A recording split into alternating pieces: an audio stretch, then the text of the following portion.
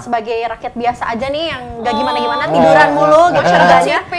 Rakyat sipil biasa, bisa nggak sih apa yang kita lakukan ya Mas biar kita tuh berkontribusi biar mencegah resesi 2023 ini?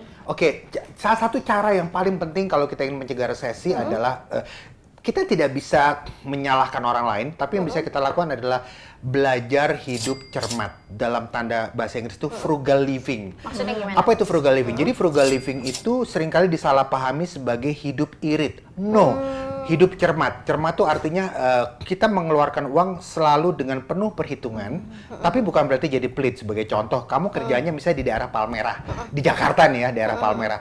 Rumah kamu di Ciputat. Kalau kamu jalan kaki dari Ciputat ke Palmerah, itu nggak benar juga. Hari nggak nyampe itu. Kamu hemat, yes hemat, tapi nggak benar juga gitu. Dan bukan itu yang aku sarankan, tapi kamu memilih dengan baik kendaraan apa yang kamu naiki. Perlu nggak sih beli kendaraan sendiri? Ataukah areanya apakah mudah dengan kendaraan umum? Kalau gampang dengan kendaraan umum, naik kendaraan umum aja. Benar.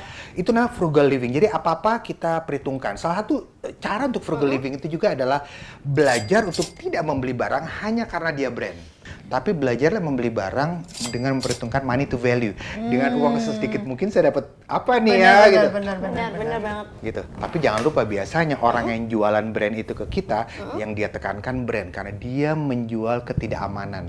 Yang dia jual adalah keamanan. Kalau ini kan pakai brand ini kamu pasti akan ngerasa aman loh karena brand kami terkenal begini. Benar. Tapi kamu tetap harus pakai logika. Kalau saya beli kendaraan ini, saya dapat banyak gak dari ini? Jadi mengabaikan brandnya seringkali. Jadi itu yang bisa kita lakukan, belajarlah hidup secara cermat dan mulailah belajar membeli barang tidak lihat dari brand, tapi dilihat dari seberapa banyak yang kita dapatkan dari uang sesedikit mungkin yang kita keluarkan. Bener banget.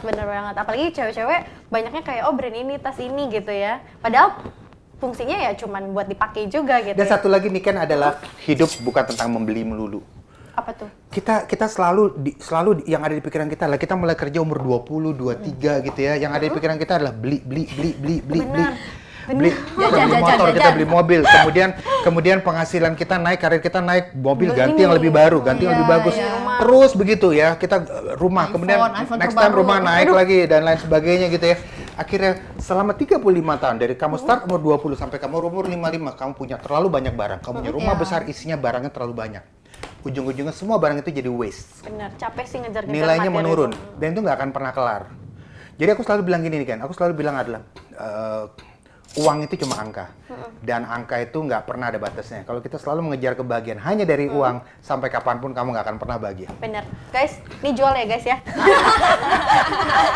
Aku lebih butuh uang. Kalau butuh jasa freelance. Udah, waktunya menurunkan standar hidup ya. Hidup cermat ya. cermat dan hemat ya. Yes, betul.